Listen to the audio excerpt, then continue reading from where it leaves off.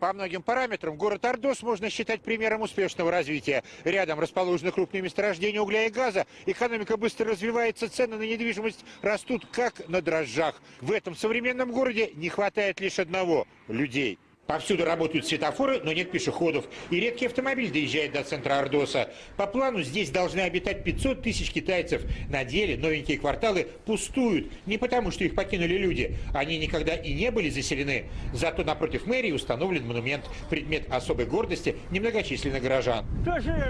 Эти прекрасные скакуны – символ нашего могучего развития. Теперь никому не угнаться за Ордосом. По словам сотрудника мэрии Массина, элитное жилье тут продается оптом. Поэтому все квадратные метры разошлись еще до начала строительства. Покупали жители других провинций, кто вторую, а кто и третью квартиру под щадящий ипотечный кредит – 4% годовых. Понаехали, купили и не живут. А у нас проблемы с коммунальщиками. Они экономят воду, дают ее по вечерам. И с газом перебои. Счетчик не включается. У господина Ма незваному гостю рады. Когда не работает отопление, коренные ордосцы, а их тут не больше 1000, ищут дом, где оно пока есть. А там застолье и традиционный вопрос.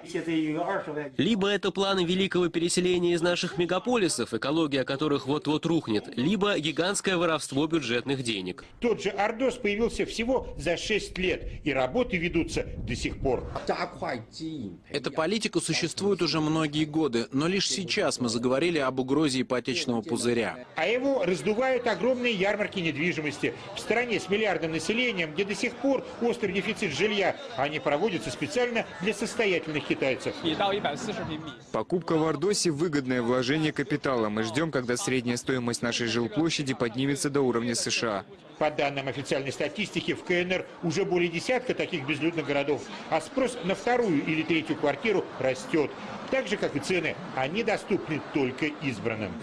Если бы я был миллионером, я служил бы всем примером. Я бы купил квадратный метр обычного жилья. Эту песню власти считают крамольной, и в интернете ее не найти. Популярный шлягер исполняется в подворотнях. Мы поем о том, что молодежь обречена на скитание. Шутка ли, чтобы скопить на квартиру, нам надо работать 100 лет.